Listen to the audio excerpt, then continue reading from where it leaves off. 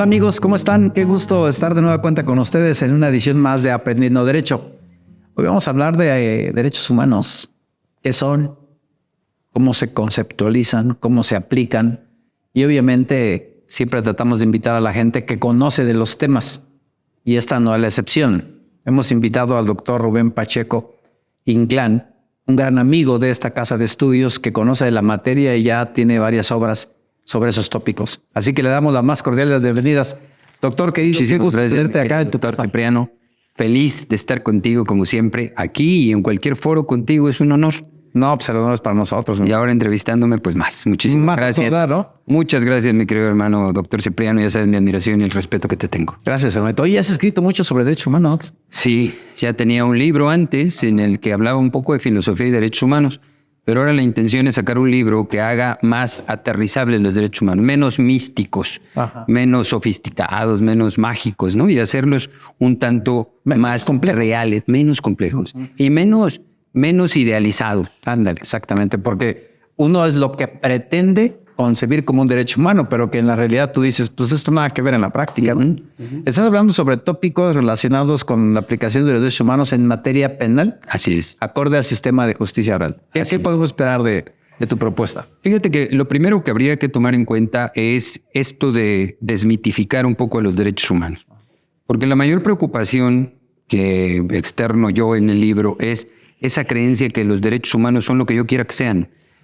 Todo el ciudadano piensa que los derechos humanos son algo así como un halo protector que nadie puede penetrar, ni siquiera una detención, por ejemplo. No me puedes detener porque hay mis derechos humanos. Me parece exageradamente dañino para la sociedad el que no quede claro que los derechos humanos son una protección contra los abusos o excesos de la autoridad del Estado mismo, no una modalidad de protección permanente para hacer lo que quieras. El error de los derechos humanos es que toda la gente dice, no puedes hacer esto porque mis derechos humanos... He visto cosas verdaderamente simpáticas pero preocupantes en la televisión cuando van a detener a alguien que acaba de robar y dicen, no me pueden hacer nada porque mis derechos humanos. No me pueden detener porque mis derechos humanos. Nadie me puede agredir porque mis derechos humanos. Y no, eso no son los derechos humanos. De hecho, se ha dispersado tanto el concepto de los derechos humanos que recientemente en un partido de fútbol oía un comentarista decir en una barrida, algo así, violó sus derechos humanos con ese golpe. Entonces, hemos llegado... Se le mete gol, no los derechos humanos del portero. Derechos humanos de la lavadora, derechos humanos del perro, del árbol. Alguien me preguntaba que si los perros tenían derechos humanos. No, por supuesto que no. Y no son conceptos multimodales, ni místicos, ni religiosos ni mágicos, ¿no? Son conceptos jurídicos claramente aterrizables en el derecho.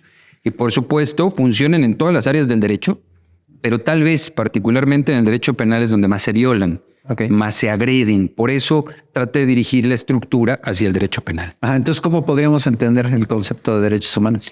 Pues mira, desde mi percepción, que está en el libro, es un constructo. Es algo que se desarrolló a partir de una necesidad inmediata que surge a partir de 1957 y que fue una metodología creada para formar un concepto que protegiera al ciudadano de los embates excesivos de la autoridad.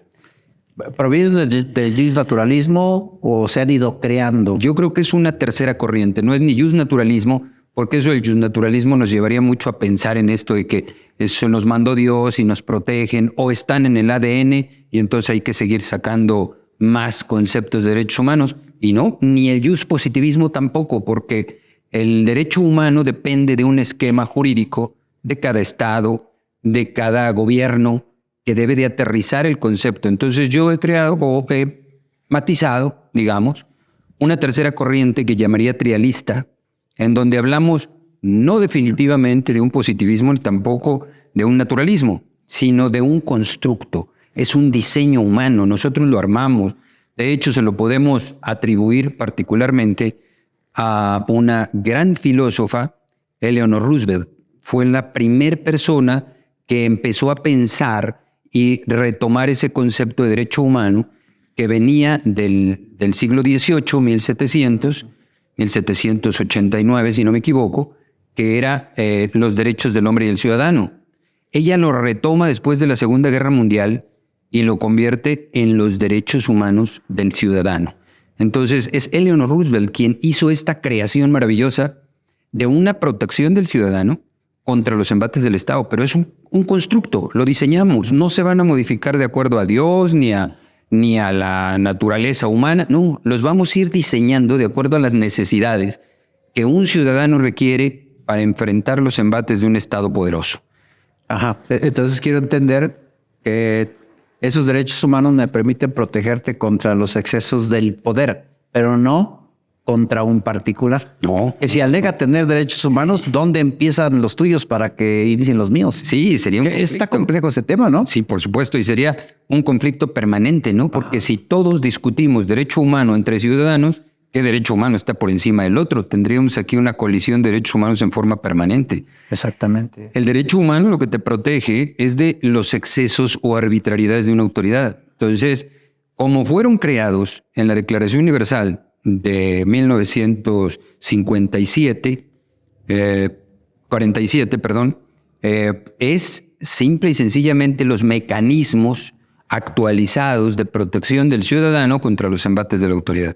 Y esto refleja simplemente un mecanismo necesario que surge a partir de el nazismo alemán. O sea, hasta dónde un líder, en este caso hablamos de un líder muy conocido, Hitler, ordenaba matar a otro y ese ciudadano, aún siendo un ciudadano modelo, estaba obligado a matar y mataba porque su ley lo decía. Entonces, el cuestionamiento de Eleanor Roosevelt fue si la ley podría ser modificada a gusto de cualquiera. Por lo tanto, tendría que haber elementos supremos que también puedan protegerte de los embates de una ley arbitraria.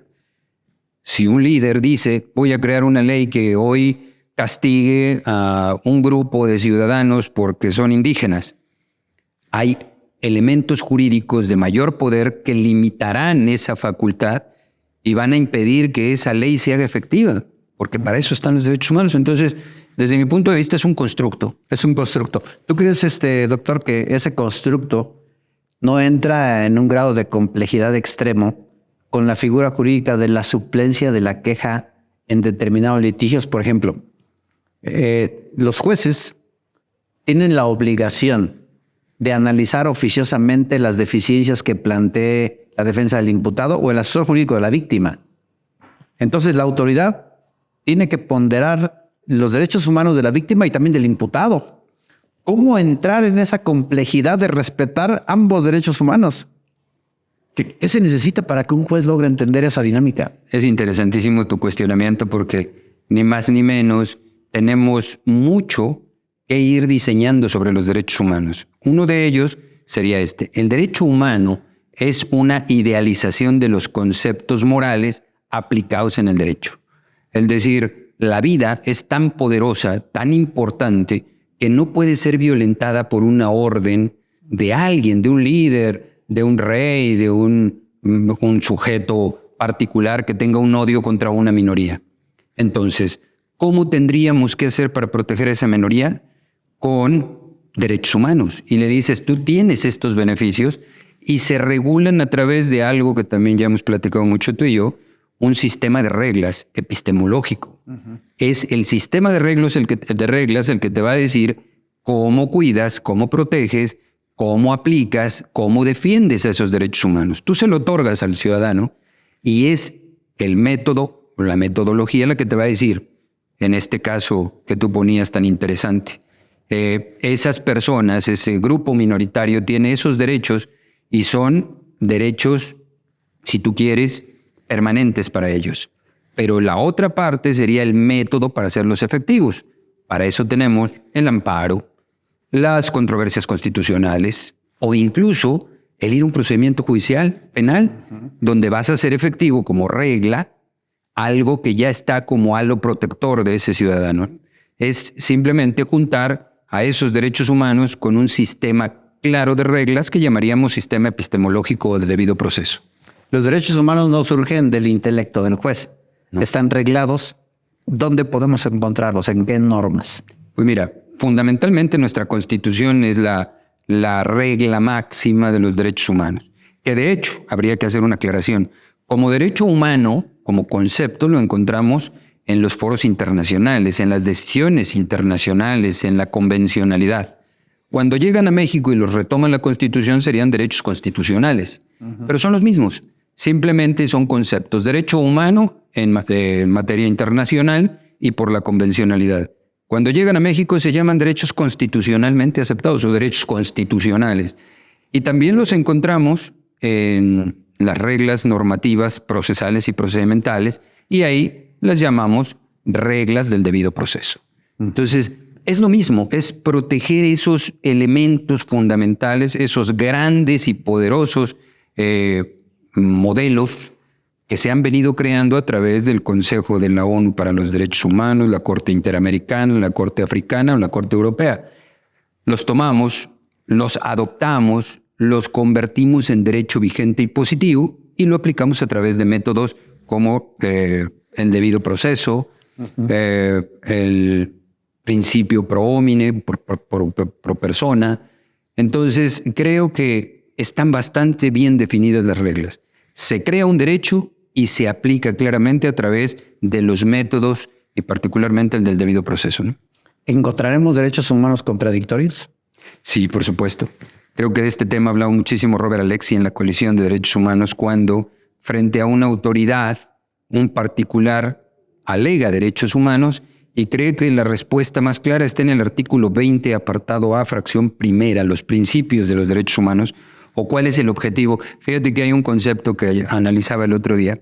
El artículo primero, la fracción primera del artículo 20, apartado A, habla de los fines del proceso. Y uno de ellos dice, es proteger a la víctima, proteger al inocente. Inocente. No dice víctima. No dice la víctima del proceso, porque muchas veces no es la víctima el inocente. Entonces dice proteger al inocente. Puede ser en ese momento cualquiera de las dos partes el inocente.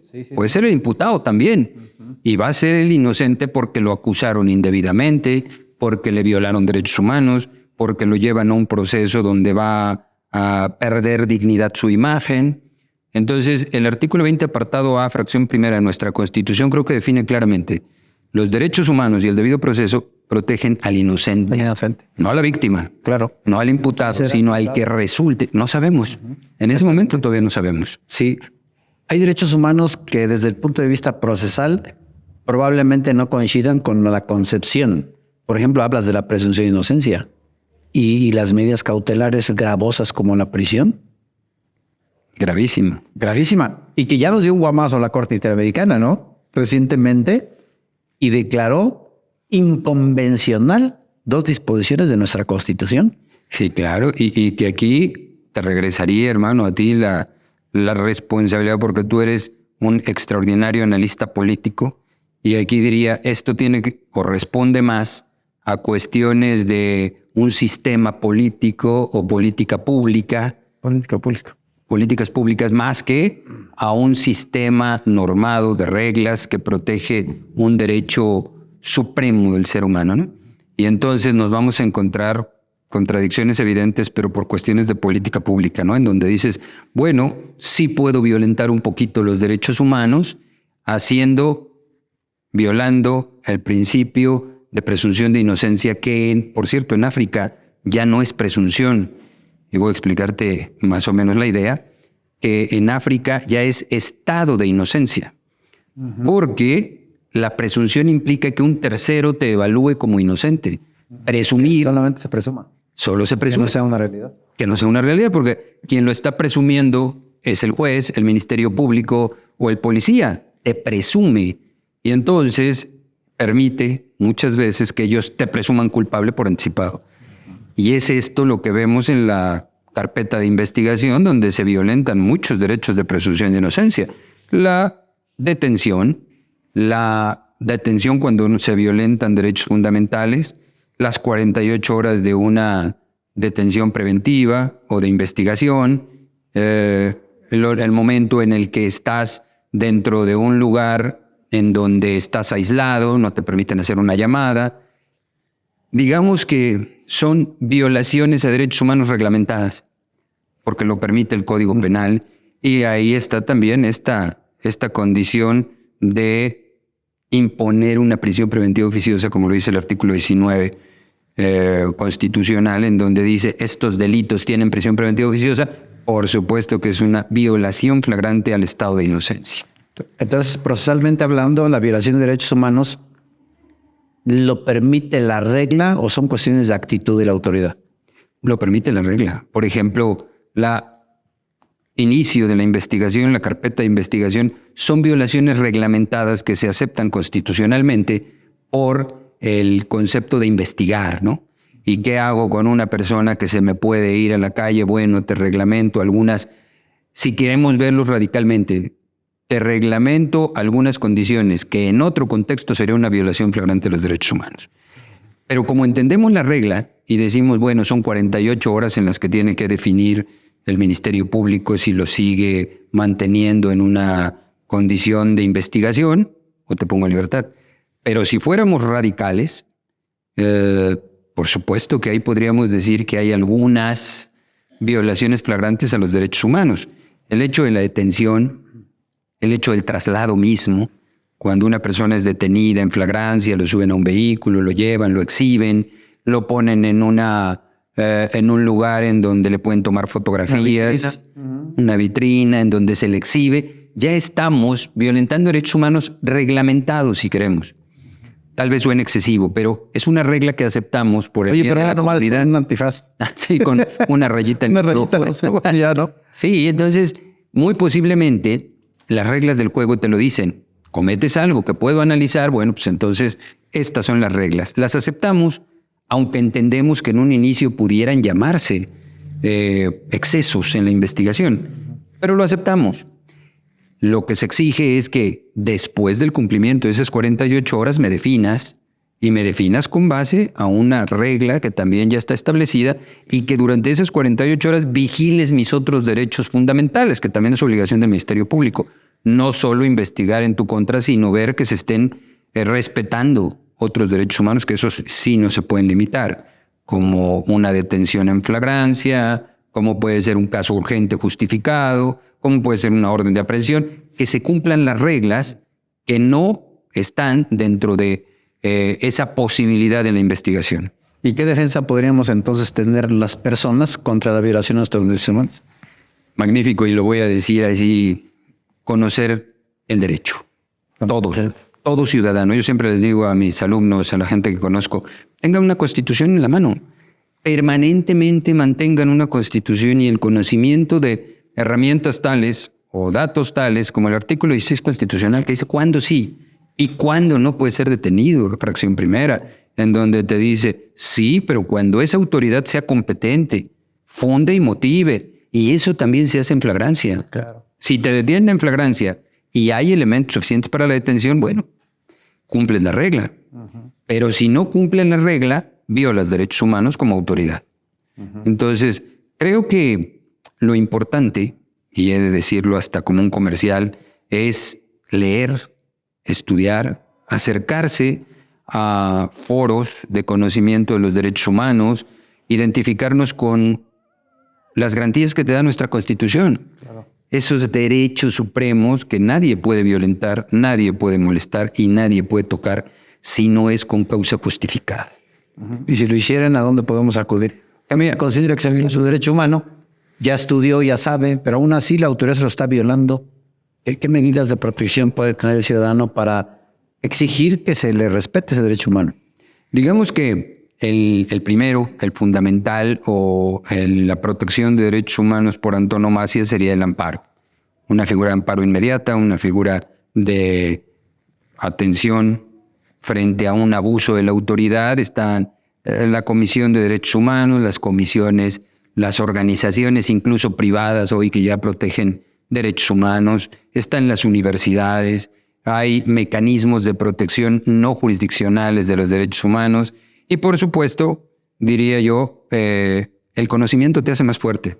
Es cierto. Cuando ya tienes ese razonamiento de lo que es una violación de derechos humanos y lo ejercitas, es un poco más difícil que se atrevan a violentarte si tú sabes proteger tus derechos humanos con una estructura, con un apoyo, con la Constitución en la mano, diría yo. Oye, entonces es cierto que el conocimiento es poder. Claro, siempre lo hemos dicho, doctor, porque el saber te da seguridad.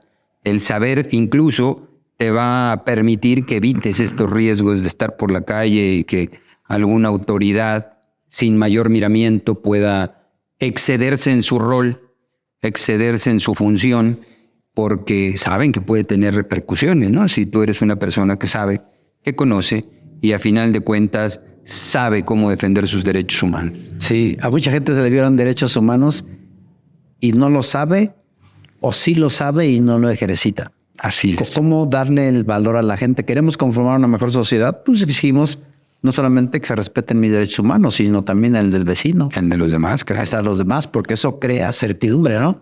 ¿Cómo hacerle? La ignorancia es lo que frena a la gente como para poder acudir a las instituciones que usted está diciendo para exigir que se respete un derecho humano o la comodidad.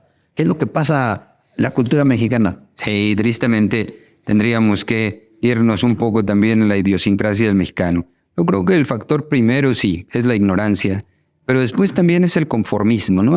Habemos mucha gente que preferimos no meternos en líos, no meternos en complejidades o no enfrentar una situación que me coloque en riesgo. Hoy, desafortunadamente, las instituciones de protección también han caído un poco en desconfianza y eso muchas veces, y por eso sabemos de aquella cifra gris de la delincuencia, ¿no?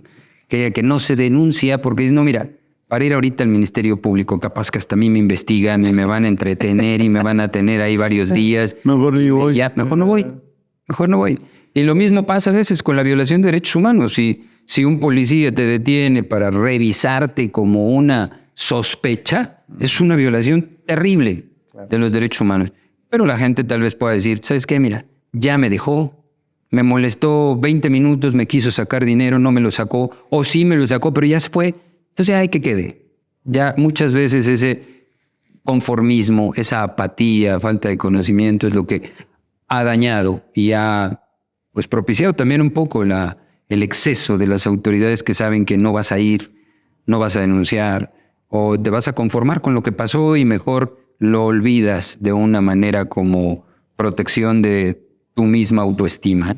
Sí. ¿Tú crees que sirvan los fallos de la Corte Interamericana contra todos los países que conforman el bloque iberoamericano como para determinar yo voy a frenar la política pública que estoy llevando para no seguir violando derechos? O continuamos, porque te lo pregunto, Rubén, porque acaba de acontecer el fallo que iniciamos en un principio hace apenas 15, 20 días, donde se criticó severamente la prisión preventiva en México, su aplicación. Si no está justificada, la seguimos aplicando. ¿Qué pasó? Cuando se supone que hay garantías de no repetición, que esa sentencia ya se notificó al Estado mexicano y que los propios jueces deberían estarla aplicando. ¿O puede más la política pública anticriminal como para que continuemos con los mismos vicios y que nos expongamos a una condena mayúscula a futuro? Es tremendo lo que dices porque efectivamente, y no solo esta decisión de la Corte Interamericana, ya ha habido muchas críticas contra México. Cierto. Por violaciones frecuentes de los derechos humanos. Una que a mí me llama mucho la atención y la he estudiado y me gusta analizarla es la de Alfonso Martín del Campo Dot contra México, donde la obtención de la declaración de culpabilidad o de aceptación de culpabilidad viene del propio imputado después de una tortura. Y diríamos, México ha sido un país criticado permanentemente por obtener confesiones a base de tortura.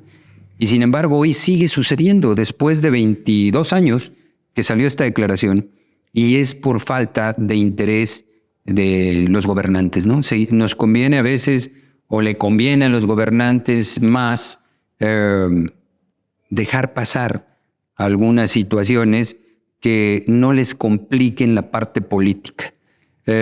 Si un gobernante va por un cargo público, esto le llamamos de alguna manera estrategia política. No toco los temas álgidos, ¿no? A ver, si le preguntamos a un candidato, ¿qué va a hacer en materia de derechos humanos para mejorar la condición del ciudadano? Tal vez sea un tema que no va a querer tocar, porque son temas arriesgados, temas en los que la respuesta va a afectar al voto popular. Sí, claro, es cierto. Entonces, mejor no toco esos temas y nos la seguimos llevando suavecito.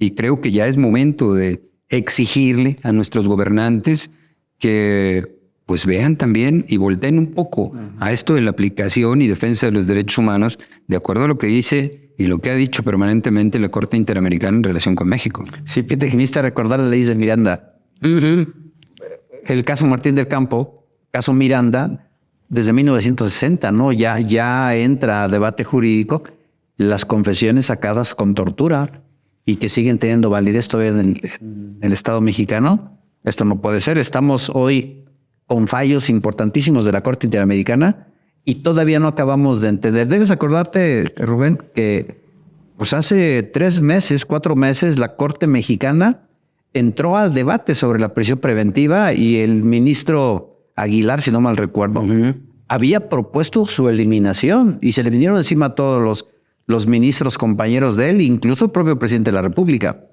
Hizo que bajara su proyecto, que fuera de nueva cuenta analizado, y al tiempo le dio la razón la Corte Interamericana. Cobardía, evasión de responsabilidad, no queremos enfrentar nuestra realidad, la Corte nos va a sancionar y nos va a sancionar con severidad. Sí, fíjate que ayer en una conferencia que me tocó dar, hablaba yo de una frase muy interesante que surgió en el siglo XVIII, que era una pregunta que hacía un conferencista de la época diciendo: ¿aún existen jueces honestos en Berlín? Esta frasecita la volvieron a retomar en la época del nazismo, cuando se preguntaban, en 1939, cuando Hitler entra al poder e inicia las invasiones hacia los países cercanos, decían: hoy todavía habrá un juez honesto en Berlín, porque esta frasecita lo que decía es: contra un sistema político tan fuerte como el nazismo, si alguien estuviera, y solamente es una hipótesis, en contra de una decisión de Adolfo Hitler en 1939, ¿habría un juez que se le opusiera? Dificilísimo. Y hoy, decía Luigi Ferrajoli, hagámonos la misma pregunta: ¿habrán jueces honestos en México, en Lima, en Guatemala? ¿Habrán jueces que estén dispuestos a desafiar una orden del Ejecutivo?